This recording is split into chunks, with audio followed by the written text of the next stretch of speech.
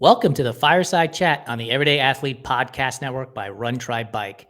We have Anthony Targan joining us today. Anthony is a marathoner that has qualified for the Boston Marathon in 2013, amongst other years. But 2013 stands out because, as you will recall, that is the year of the Boston Marathon bombing. In 2020, he was diagnosed with bladder cancer. In 2023, he ran a marathon that was 9 minutes faster than his Boston qualifying time and was ready to race the Boston Marathon this year, this month. A month after qualifying, he learned that his cancer had turned into, quote, high grade, end quote, which means potentially fatal. So you can imagine what's going through Tony's mind when he gets this diagnosis. Tony is 63 years old, and he's undergoing monthly cancer treatments while training for Boston, all the while raising money for cancer research. A number of different things we're going to talk to him about today. But before we bring him onto the show, please remember to subscribe, rate, and review the Everyday Athlete Podcast Network on your favorite podcast platform. There are 9 shows to choose from with various stories and hosts. I'm sure you'll find one or all of them to your liking. So without any more delay and me yammering on, let's bring Anthony from the back room and talk to him about his latest and upcoming journey through the world of running. Hey, Anthony, how are you today? Jason, great to be here. Thank you. Thank you for joining me. So we have an icebreaker question, Anthony, that we ask every guest that joins us. And having learned that you are a New Yorker now living in Michigan, Detroit, my question for you is going to take on a different meaning because I'm interested in your answer. And our question is pineapple on pizza, yay or nay? It's not my absolute favorite, but I will definitely eat it if it's here. Very political-like answer there, Tony.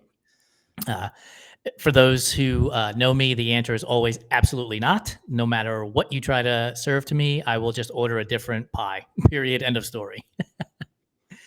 By the way, so New York style pizza, Detroit style pizza, 2 different styles of pizza. Which do you prefer? Gotta say, I gotta go with Detroit. It's got all of the depth of Chicago, but it's got much more richness of flavor. New York is fine if you want to fold it over and bite it off in one bite, but I really prefer Detroit pizza. You know, I was introduced to Detroit pizza about 7 or 8 years ago and absolutely loved it. It is, to your point, a better Chicago slice. Yeah. You can't fold it like New York, but it's definitely way better. So I'm glad we're on the same page there then. Not that I prefer it, I do like it. I redeemed myself after the pineapple. Exactly. So Anthony, pardon me. I said I wasn't going to call you Tony in the green room in there. I just did. I want to go back to 2013 when you first qualified for Boston, is what you sent us in your email. And what was that feeling like? Because you sent me a list of marathons that you had run over the years. And I presume you hadn't qualified for Boston. And then in 2013 is when it happened the first time. Is that correct? Well, actually not. I had qualified the first time when I ran Cleveland in 2006, and I ran the 2017, losing my dates here. I ran the 2007 marathon, was my first Boston. So the 2013 was actually my 5th. Okay. But everyone is very special, as you can imagine. And the fact that I ran in 2007, I had to get back there. That was my motivation. Every marathon I've run since then was just to try to get back to Boston.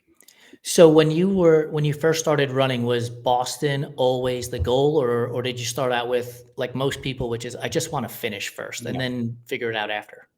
My first marathon was Detroit in 2002, and I had just turned 40, and my best friend from law school said, "We need to do something epic this year.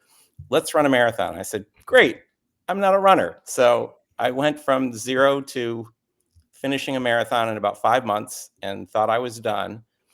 But then said, if I could just run a half hour faster, I could actually qualify for Boston.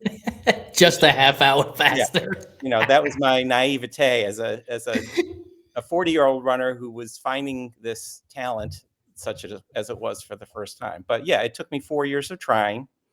And then, as I said, in Cleveland in 2006, I finally qualified for the 2007 Boston. But yeah, my first goal was just to finish. But then once I got a taste of And I have a lot of running friends, and that's all they would ever talk about was the glory of Boston. So it was really a holy grail for me from very, very early on.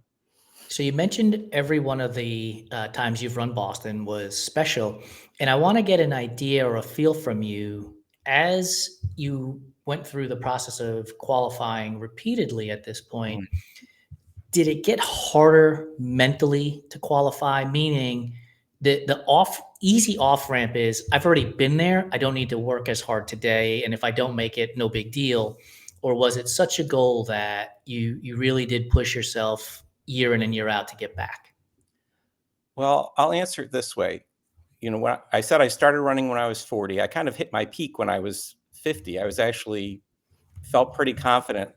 Like I would say my best race ever was when I qualified for Boston at Boston. So to run a Boston qualifying time at Boston was pretty special. But yeah, I think I knew what I needed to do to get there. But the older I got, the harder it got. And I guess after I had done it the fifth time, I kind of felt like, well, this may not happen again.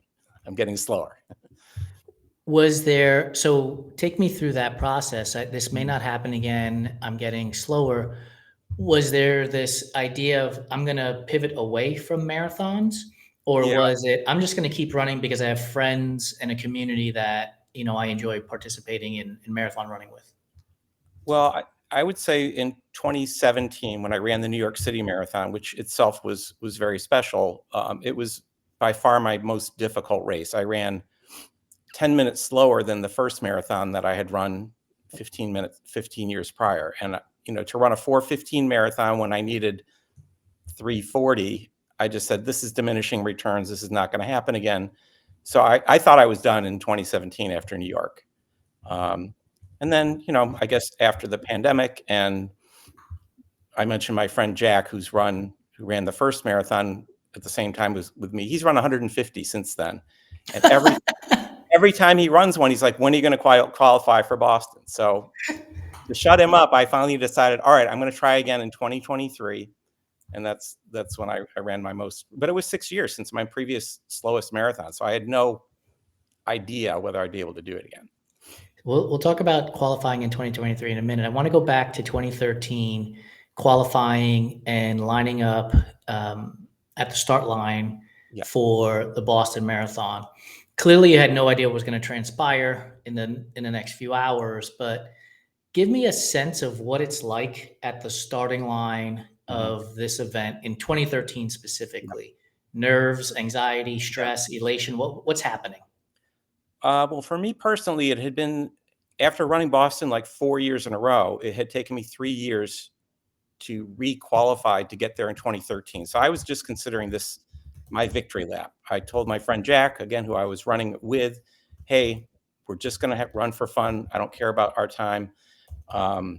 We stopped to kiss the girls at Wellesley and high five the guys at Boston College, and I've described it as sort of like the best day and the worst day of my life because I was having so much fun with so little pressure running the race that I loved in the community that is just so supportive.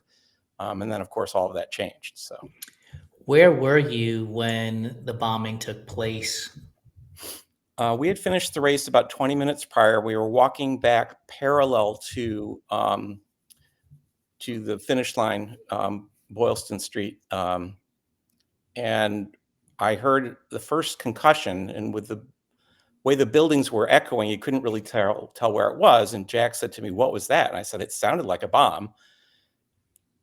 10 seconds later, we heard unmistakably the second bomb, and we were actually about a block away from the second explosion because within seconds, terrified people were running right at us on the perpendicular street to where we were. So it became very, very real very quickly. Very real very quickly is something I would assume was for a lot of people, but I wanted you to contrast that to just a handful of hours earlier, like you just talked about being at the starting line. Yes. Was it frightening? Was it fight or flight is, I guess, where I'm going, right? So what's the sense that takes over for you? Well, I was very concerned. I mean, we were not in the immediate harm's way. But at that point, having heard 2 explosions, you don't know if there are more coming. And my first inclination was to get back to the hotel as quick as we could. But I was very concerned because I had a number of friends that were that I knew were waiting at the finish line for some other runners to come in, and they were really in ground zero. So concerned for my friends. I will say that, I was kind of limping along after having run the race. And then when that adrenaline kicked in, we weren't running, but we were moving very quickly to get away from the explosions back to the hotel. Obviously, it's mayhem. People are coming, going in all different directions. Could you, the way they talk about athletes in a fast-paced game is that it slows down for them and they're able to make a play. Did everything stay fast-paced for you, or did the world sort of slow down and you were able to figure out, I've got to head in this direction to get to my hotel? Yeah, I think seeing the terror on the people coming towards us, I knew something terrible had happened, but we still really didn't have any clear picture of the extent of the damage or the carnage. And it was just, I guess, in my mind, it was just, all right, where do we need to go to be safe? And I thought, let's go back to the hotel. I was surprised that once we got there, nobody knew anything had happened. So we actually went up to our rooms and started watching on TV for the very early coverage of what was happening. But it was just sort of instant kicks in, and I guess the world did slow down a little bit. In the green room, you mentioned to me that you became an on-the-scene correspondent. How did that transpire? What happened that you were all of a sudden, giving news reports? Yeah. Well, my background, having been a writer for Michigan Runner magazine, I was actually sort of there on assignment to cover the race. And doing a lot of local theater in Michigan, I had a couple of friends in the news media who happened to know that I was in Boston. The strange thing that happened was, because of the bombing, everybody was trying to use their cell phones at once, and the entire mobile network went down. But because I was in a hotel room with a landline, my media friends were able to contact me directly, and they said, "Hey, you're our man on the street." I'm like, "Hey, I don't really know anything more than what I'm seeing," but they said, "You're there. Tell us what you saw, what you heard, what you know." And I just started doing interviews for TV and radio that they ended up using as voiceovers to their footage. So did you go back out on the street to interview runners, or did you stay in the hotel and as other runners were coming in, you would talk to them? No, I was just talking to the media folks. I wasn't. Oh, okay. Yeah, I mean, my first thought was, well, I should go back and help, but that would not have happened because the police were, I'm not a trained medical person. There's nothing I could do other than look for my friends, so I just felt like I could do the most good by helping people understand what was going on. It's been 12 years and Can almost. I just add Yes, one footnote please to do. that? The funny thing, although maybe not funny at the time to my wife, she happened to be on a long conference call with someone in Boston who at the end of the call said, "I hope your husband's okay." And she said, "Why wouldn't he be okay?" She had no idea that there had been a bombing, and I couldn't get through to her on the cell phone, but she knew I was okay when she actually heard me on the radio on the way home from work. So That is amazing. And thankfully you had media contacts that you could get on the radio, because otherwise it would have been very difficult for her to get in touch with you. Yeah. 12 years later, when you think about the times that you were there beforehand, start the race, finish the race, medals, jackets, just enjoyment, how does 2013, compare? And I think that's a terrible word to use. I just can't think of another word. Like, how does it fit into Anthony's story about running the Boston Marathon? Yeah. I mean, in some ways, I'm proud that I was a part of that history, even though it was a terrible day. But in other ways, it's kind of, I wouldn't say it ruins it, but I don't want that to be my last memory of Boston. And whenever people know that you ran Boston, that's all they ask about or think about. Even for a couple of years afterwards, I would get calls from the media because they knew I had been there, and I'm like, Boston is about the Boston Marathon, and Patriots Day is about so much more than that. It's about, well, my shirt says Boston Strong. It's about the community coming together and rallying and coming back the next year and not being afraid. And I had so many friends that went to run the race just because they didn't get to finish the previous time. So to me, it's sort of bittersweet. I love the memory of Boston, but I don't want it to be just about the bombing. Was the idea to then qualify for this event over basically coming up on 10 years from the bombing? Was that the impetus for wanting to qualify, was to create a new last memory for Boston? Absolutely, yes. Yeah. Plus to shut my friend up because he kept bugging me. You're going to qualify. I said, all right, I'll try one more time. So take me through that process of, I mean, 10 years later, basically the first time you qualified was 2006, 2007. So you're looking at 16, 17 years. There's a lot of time in there, right? You've learned a lot about yourself. You've learned, nutrition, hydration strategies, like everything has changed. What was your approach to qualifying for Boston this time around in compared to the 5 previous times? Yeah. Well, for one thing, during the pandemic, I gained and then lost a lot of weight. But I really felt like if I was going to make it a good faith effort to try to get there, that I really needed to train. Because in the past, when I was sort of always in marathon shape, it was just, I'll just throw a few 20 milers in and I'll be ready. But this time was different. It's like, okay, I really need to build up. I started doing more. I bought a Peloton during the pandemic, but I really think the cross training helped me a lot. And I've got such a strong core running group here, people that I've known for 20 years that, if you need somebody to run with you, there's always somebody doing the miles that you need to do. So I got reconnected to my group and started doing, building up and training as if it was more like my first race than just another marathon. Was there a moment during the training when you thought to yourself, I got this? Not that it's going to be easy, not that I'm absolutely going to qualify, but I've got a chance. Yes, there's a race in this was actually in August, but a race called the Crim up in Flint, Michigan, 10-mile race. And people come from all over the world to run it because there's prize money. And I have run it maybe 10 times. And when I was really in shape, I even ran a sub 7-minute 10 miler up there. But when I ran the Crim in 2023, it wasn't my fastest one, but I felt like there's a lot of hills in this race, and this is going to be what I need to get ready for Boston. So that gave me confidence.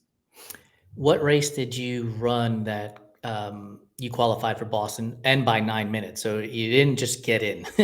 You really crushed that event. What event was it? That was the Stony Creek Marathon. But let me back up to the Toledo Marathon, which was earlier, actually April of 2023, because that was the first marathon I had run in 6 years. And I ran that one in 3:46, which was 4 minutes faster than my qualifying time. And I thought, I'm in, no problem. I can take the summer off. And I found out in the middle of September that there was a record number of applicants. So only 2/3 of the people that qualified actually got in. So I went from thinking I was in to knowing I was out and then having to make a quick decision. Can I find a marathon between now, can I run another qualifying time? So I had to regroup and found this local race a half mile from my house in a metro park, but it was a certified course. And I remember feeling like I was on pace, but knowing that I had gotten burned the last time, I'm like, I'm just going to give it everything I have, even though I'm hurting the last 3 miles. So I killed it. I qualified by 9 minutes, and it's a good thing I did because the cutoff this time was 7 minutes. So I was thrilled to be able to get in finally under the wire. So you get the email. Congratulations, you're going to Boston. In the moment, because we have another part of this story that we need to add, but in the moment when you get that email, does 2013 start to take its step backwards in your memory banks? Yeah, I think so. I mean, it was 10 years prior, and yeah, I mean, again, it wasn't just to erase that, but it was the validation that I could still do this, and for being in my 60s and be able to run, most of my marathon times have been in the 3:40s, even when I was in my 40s, and just to be able to do that one more time was very gratifying. So we're gonna fast forward 30 days Yeah. from finding out that you qualified, and you get other news. Yeah. News that is not so joyous. You find out that you have bladder cancer approximately a month after finding out that you qualified Yeah. for the Boston Marathon. Walk me through the emotions that go from the high of that email from BAA to a conversation with your doctor and giving you the diagnosis that you have bladder cancer. So just to back up, I was initially diagnosed 5 years ago. And I had a tumor that was surgically removed, but it was slow growing, low grade. They just check your bladder every few months, and if they don't see anything, you're fine. So I got, I guess, lulled into a false sense of security that, hey, this is behind me. I don't even have to think about this again. But then when I got the news that, no, this is different. You need to treat this aggressively. And I said, what if I don't? They said, it could kill you. It could spread. So yeah, that was a real gut punch. And when they started talking about treatment options and what if the treatment doesn't work? Well, then they talk about maybe they take your bladder out. And yeah, so it was very depressing at first, but I'm very good at sort of saying, okay, now that I've gotten the wind knocked out of me, where do we move forward? So in talking with my doctors, I decided to enroll in a clinical trial which combined two immunotherapy drugs, one administered intravenously and one directly into my bladder. And I've been doing that for the past year. And there were definitely ups and downs with the treatment, but for the most part, I tolerated it very well, other than some fatigue after the infusions. And then I was very blessed and thankful to report that when I had my first biopsy 6 months ago, I was cancer-free once again. But I continued with the treatment because it's part of the study and it has a preventative effect if they want you to continue to get the monthly treatments. And I tolerated those well until January, when all of a sudden my body decided that rather than fight the cancer, I had an autoimmune response to where the medicine started attacking my own joints and muscles. So again, a lot of highs and lows in this roller coaster. Yeah, and pardon me, as anybody who has had a family member or a close relative or friend go through cancer treatments, it's not easy on the body. It's not easy on the mind.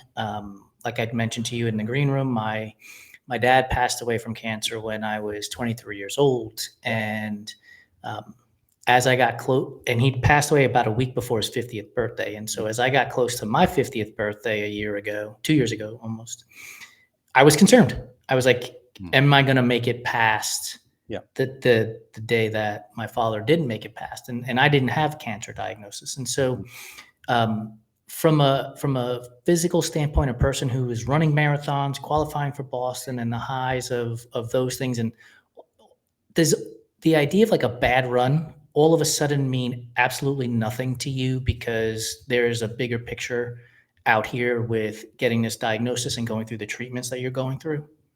Yeah, I mean, it definitely puts things in perspective. I mean, one thing I will say, and this goes back to sort of after I had qualified, I wanted this marathon to be different. I wanted it to be not just about me and my time and the number of marathons. So even though I had my own qualification, my own bib, I wanted to find a charity that would give meaning to me, and being part of something that's bigger than myself. So I signed up with the Dana Farber Marathon Challenge. They're a huge Boston-based hospital that does a lot for cancer charity, and started fundraising. Raised like $5,000 in my first month, and then they've been very supportive of not only my fundraising, but I've kept them very closely involved in what's going on with me personally. So just to make a long story short, again, the highs and lows, it's been great to qualify again to know that I could do this. But a few weeks ago in meeting with my doctors, they said, the inflammation that you're having from the treatments or your body's response to the treatments, it's not going to be realistic for you to run the marathon in April. So I'm okay with that. I've accepted that. Another part of that, that makes me feel like this is all, it's going to give me more motivation to get back someday. But for right now, I'm just focused on continuing to raise money. If I can plug the Dana Farber Marathon Challenge, and it shows me that it's even more important, to raise that money, even if I can't be there to run the race myself. I am going to go to Boston to cheer my friend Jack on. We were going to run the race together, but yeah. So my marathon journey will have to be postponed once again. I want to talk about raising money for the Dana Farber Cancer Research Foundation, and the mindset that you as a marathoner who has overcome highs and lows takes to this new finish line, which is raising as much money as possible. How do they work together? How does the marathon mindset and the fundraising work together? Because a lot of people oftentimes will raise funds without a true connection to the charity because they want to get a bib to some event, or they're required to do it for some reason. How does it work for you? Well, I've never been good about asking people for money, and I don't like doing things that just sort of draw attention to myself. But I really found as soon as I started to ask people, particularly if I said, if you donated a certain amount, I'll dedicate a mile of my race to you. Everybody has been affected by cancer, whether they've had it themselves or lost loved ones or know people. So it's just so universal. I felt like I was getting, so much more from people whose the stories they were coming back to me about why they wanted me to run. And I felt like I was letting them down when I couldn't run the race, but they were like, no, you're raising this money for a great cause. And even if you can't finish the race, this is still very worthwhile. So it was very emotionally uplifting at a time when I was very down to hear all of this support from folks that, they truly understood the importance of this.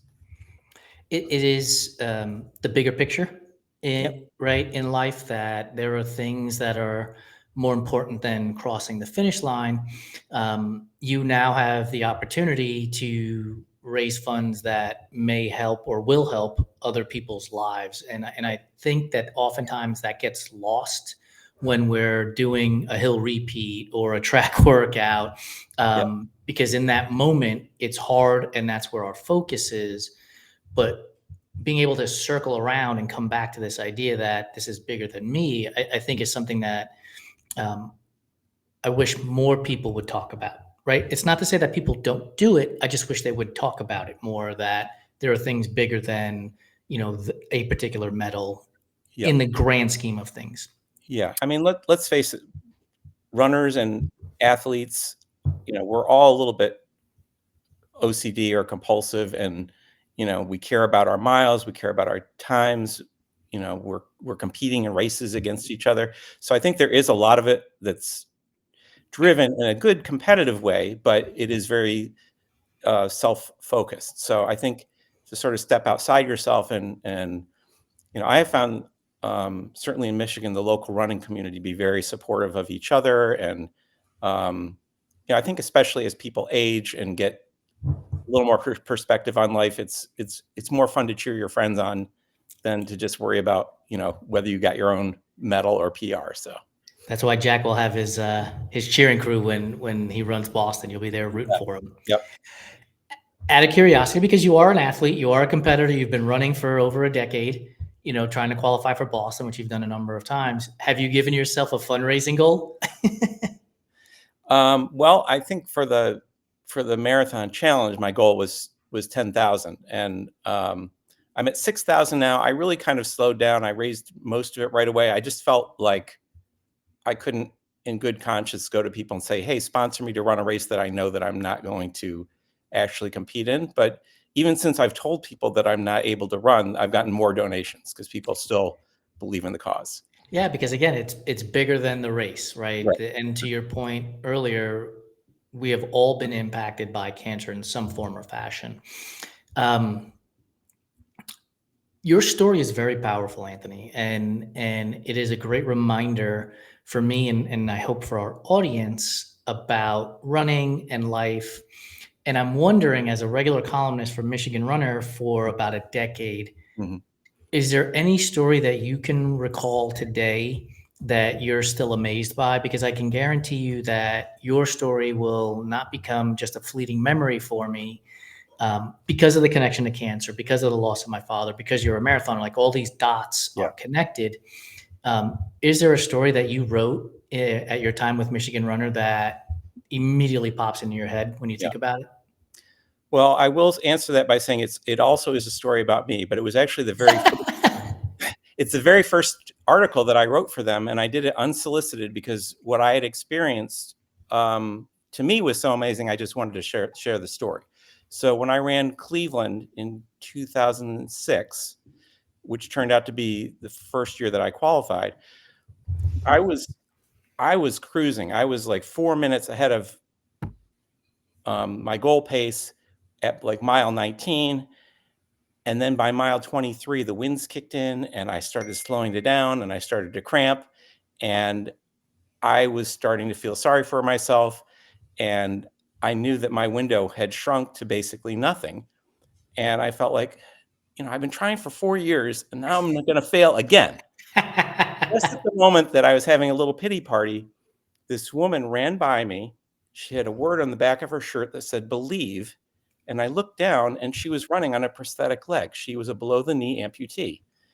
And I said, "All right, that's it. Stop feeling sorry for yourself." And I kicked it in, and I couldn't catch her because she was running 8-minute pace, but I like stiff-legged it as my legs were cramping up. I could see the finish line clock ticking down, and I crossed the finish line and qualified with 41 seconds to spare before the cramps took me down.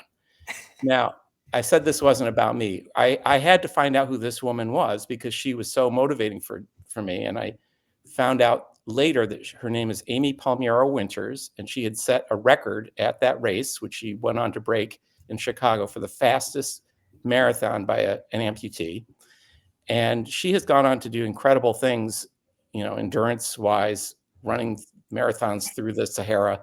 But I struck up a friendship with her, and that was really sort of the first story that I wrote about how somebody else overcame disability or hardship and turned it into a positive, and that it inspired me so much that I was able to use that to qualify myself. Yeah, you're going to bring tears to my eyes because the whole point of our Run Try Bike platform is to celebrate athletes overcoming obstacles and hurdles on their way to their own finish line. It's one of the things we don't do, or at least we try to avoid as much as possible, is the vanity metrics. How fast did you run? How far did you run? All of those things, because while they're an important part of the story, it's the obstacle that you had to overcome to get there. And so your story about qualifying for Boston in that time, in the first article you wrote for Michigan Runner, is about overcoming an obstacle. You were in the midst of shutting down. Yeah. And opportunistically enough for you, somebody came across your path, and it was one word, believe, that reframed your mindset. Yeah.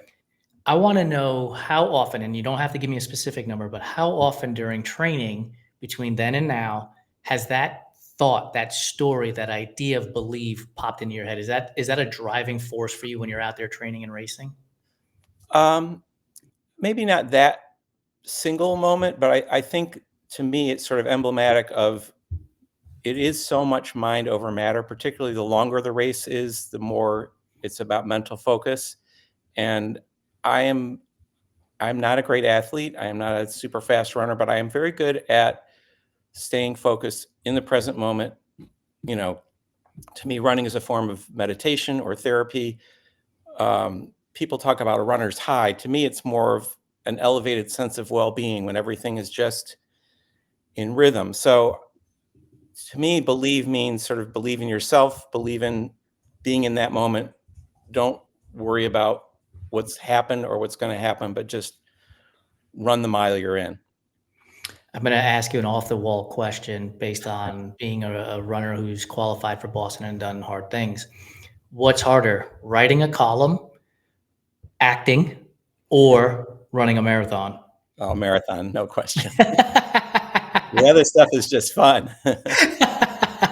Don't get me wrong. If you want to do anything well, you need to work hard to do it well. But running is always hard work, whereas the other stuff comes more easily.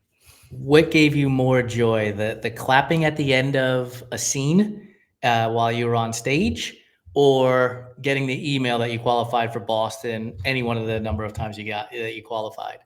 Oh, that's a hard one. I mean, I think the first time qualifying for Boston was probably the pinnacle, but I do have to say that my first time on stage as an actor and getting that kind of immediate feedback, that was very special too. And I'm also a playwright, so I think the pinnacle is if you write words that other people say that audiences like, that's way up there on the gratification meter. So I can only imagine. So what came first, acting and playwriting and then marathoning? Did they happen simultaneously, or was marathoning first? marathoning was first. I really got into acting about 15 years ago, and playwriting maybe 10 years ago. So more recent hobbies. What marathon training and racing lessons carried over to being on stage and screenwriting? Well, it's a little different focus. I mean, I think that if you're a good writer and a good actor, well, I guess the thing that you can draw on it is sort of just being in the moment and being true and being realistic. Not trying to act, but just trying to embody the character or bring yourself to a character. But I do like to see things as like a writer and a director. I like to see things from the audience's perspective. So, again, sort of stepping outside of yourself, looking at the bigger picture. What is this going to mean or look like to a broader group of people? So I guess in that sense, there is a parallel. It's not just about you. It's like sort of where does this fit in the bigger picture? Yeah, one of the things that I really enjoy doing is visualizing a race, visualizing my gear, being at the start line and going through that process of getting through, for me, 100-mile race to that finish line. And I have to imagine that there's some component of that when you're getting ready to get on stage, that you have to visualize what that scene is going to unfold as. Yeah. I mean, there's nothing like opening night to bring out the nerves, but I think similar to racing, you need to trust your training. You need to know that you have said these lines hundreds of times. You're going to remember them. And you should really just sort of focus on being in the moment and having fun with it. Because if it's not fun, what's the point? So let's play a little game. We have all the money in the world. Mhm. You are absolutely up for whatever lead role you want to have. What's the movie we're putting Anthony into? A movie. Okay. Well, I was thinking stage play, but Let's go stage play first then, if you've got an answer for that. I'll say stage play that was based on a movie. My favorite movie is Monty Python and the Holy Grail, and I had the pleasure of directing Spam-A-Lot in my local community theater. And if I could play one of the knights in Spam-A-Lot, that would be my dream role. I can see you in one of those roles, Anthony. It was definitely, if we had a magic wand, we would wave it. Mm-hmm. We asked this question on What's in Your Earbuds, which is another show that we have on the Everyday Athlete Podcast Network. And I'm going to flip it to you. Who's playing Anthony as the lead role of a movie about you? Oh gosh, that's a tough one. Because whatever I say is going to sound very, very vain. No, let it rip. Yeah. How about Brad Pitt? There you go. I like it. Absolutely. He's got the chops to play Anthony. I like it. Do you have since you mentioned Brad Pitt, do you have a favorite Brad Pitt movie? Let's see. I'm trying to think no, I was thinking of Robert Redford. Yeah, I guess there was one, what was his first one with a river runs through it or something? Yep. Okay, I would say that's Yeah. my favorite then. Yeah. Yeah. I don't know if you're a baseball fan, but I can Oh, watch yeah. Moneyball every time it's on. I can watch Moneyball, and it just so happens that Billy Bean, the character that he plays, was a Mets phenom, and I'm a Mets fan from through and through from growing up in New York. So there's So a lot of connection. a quick footnote there, because I also loved Moneyball, and had I thought of that first, I probably would have said that one. But I got to hear Billy Bean speak at a conference in Detroit, and got to answer a question. I said, I know the movie's sort of based loosely in reality. I said, but tell me the truth. When the Boston Red Sox made you that offer, that was, I don't know how much it was, but A lot. yeah, I'm like, in the movie you felt fine turning it down because you got to be near your family. I said, is that for real? He said, absolutely. Would make the same decision today. Never look back. So he's somebody who put family and personal goals. There are things that are more important than money, I guess, is the point. Yeah, and it's interesting you bring that up, because I had a conversation earlier today with a client of mine about money, and I don't know if you listen to the South Beach Sessions podcast from Lebitard and Friends, but he was talking to a comedian, and the conversation circled back to he was now writing jokes for money, and it became infinitely harder to write those jokes because now, right, paycheck is dependent on it. Yeah. And when you mention Billy Bean, and I think about the amount of money that, it's not to say that you don't want to win a World Series in Oakland, but the pressure to win a World Series in Oakland is a lot less than winning a World Series in Boston.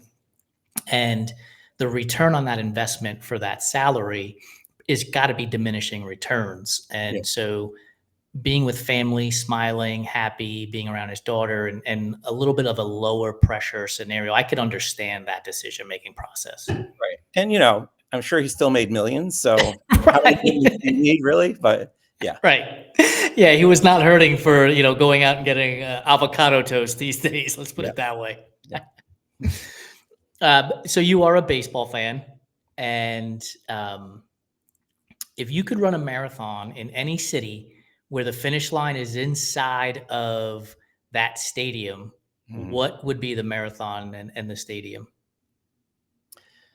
Well, I guess I'd have to go back to Boston. I mean, to finish in Fenway Park. I've only been in Fenway once, but I think finishing a marathon inside Fenway would be very cool. Yeah, I've been to Fenway one time myself, and it is an absolutely amazing experience. I've been to Camden Yards, which was a really cool experience.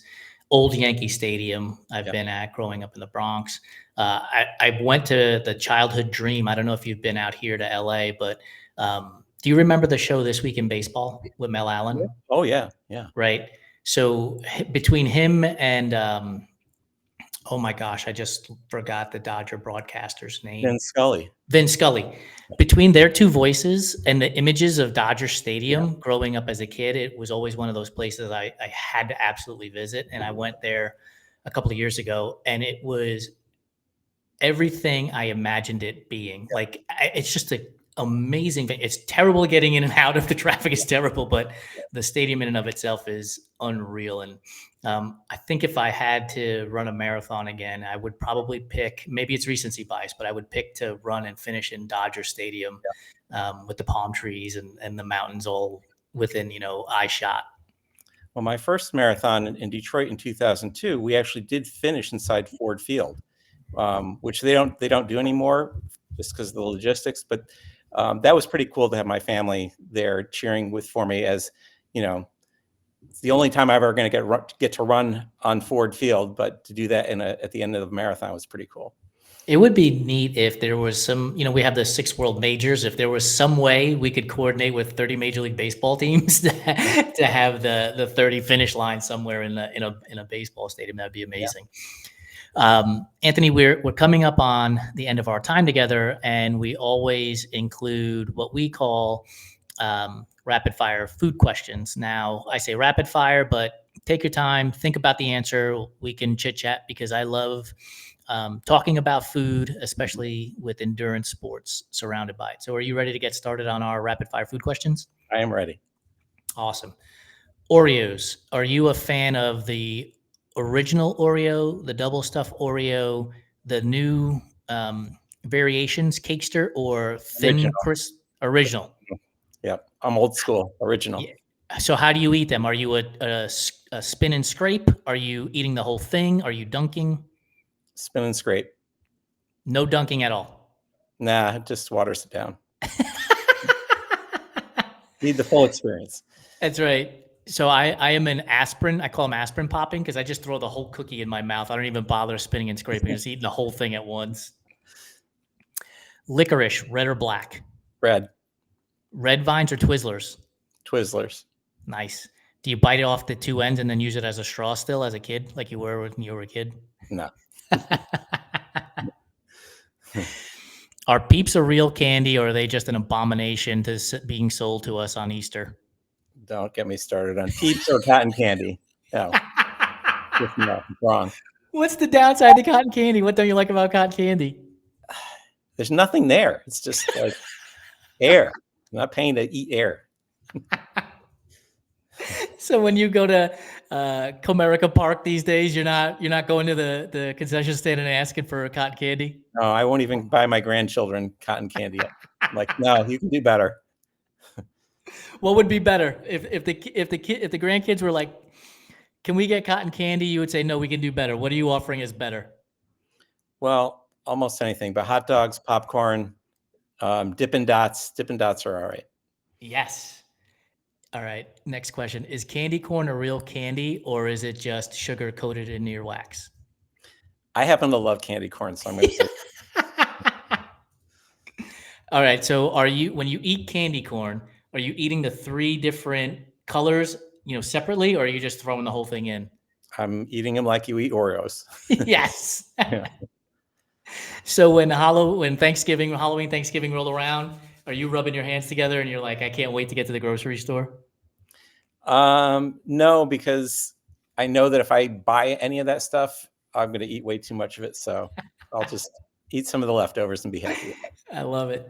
So at some point in our life, our grandparents had a candy bowl, and they usually had 3 choices in there: the spiral mint, the strawberry hard candy that had the soft center, and butterscotch. Which one are you taking out of your grandparents' candy dish? Butterscotch. Yes, it's so good. I'm with you on that. Definitely underrated. Yeah, totally underrated. Peanut butter or nut butter? Are you going creamy or crunchy? Crunchy. How do you make a peanut butter and jelly sandwich? And I'll give you your options. Do you put peanut butter on one side and jelly on the other and then smash them together? Or do you put peanut butter down and then jelly over top and then fold the other slice of bread over top? I only knew that there was one way, which is peanut butter one side, jelly on the other. And I eat that sandwich almost every day for lunch. I actually mix nut butter. So Yes, my guy. I'm a huge peanut butter and jelly fan. Probably 4 or 5 times a week for me too. Yep. Easily. Okay, so how do you eat the sandwich? Do you just take the sandwich and start eating it, or are you cutting it into 2 rectangles, 2 triangles, 4 triangles, or 4 squares? 2 rectangles. 2 rectangles. Yeah. I either go triangle because I want to, or either 2 triangles or 4 triangles because my mother used to cut it into 4s for me, and it always brings me back to my childhood. Yeah. And then I could always pick it up and be fancy with my pinky in the air, like I'm eating a fancy finger sandwich with the queen. Red velvet cake. Is red velvet a real flavor, or is it just chocolate cake dressed up to go to the prom? Oh, I like red velvet. Yeah. I didn't ask if you liked it or not, because I like it too, but is it just a fancy chocolate cake? Nope, it's real. It's a real thing. Okay, favorite flavor of ice cream is? I'm going to go nostalgic. I'm going to say butter pecan because it was my mom's favorite. But yes, good call. Favorite candy bar? Snickers. Chocolate chip or oatmeal raisin cookie? Chocolate chip all the way. And then last question for you. So A tray of brownies has been baking. It's on the counter. It's cooling off.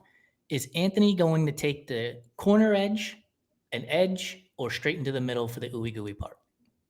I like the corners. Like Something to hold on to. Yeah, like the corners of my pizza and the corners Yes. of the bread. So. I was about to say, as a Detroit style pizza eater, it's got to be the corner, right? I like the corner, right. Anthony, thank you so much for your time. Thank you for sharing your story with me. I really appreciate it. There's a lot for us to learn. And where can people go if they want to donate money to your fundraising with the Dana Farber Cancer Research Foundation? Well, it's the Dana Farber Marathon Challenge. Let me see if I can actually find a URL. And we'll be sure to drop this into the show notes when we post it. Yeah, I think if you go to danafarber.jimmyfund.org, you might be able to get there, but I might be able to send you a more specific link. Yeah, and we'll make sure we put that into the notes. Anthony, thank you for joining us. Really appreciate your time. Jason, it's been wonderful. Thank you so much. To those of you in the audience who have watched us live, thank you for joining us. The greatest gift that you can give to anybody is your time, and you have given of your time to me and to Anthony on this Fireside Chat, and I cannot thank you enough. Be sure to check out our other shows on the Everyday Athlete Podcast Network on your favorite podcast platforms. And while you are there, please be sure to subscribe, rate, review, and if you're on Spotify, comment, as that will help us get these stories out to the public in greater force, because these are stories that need to be heard. Have a great night.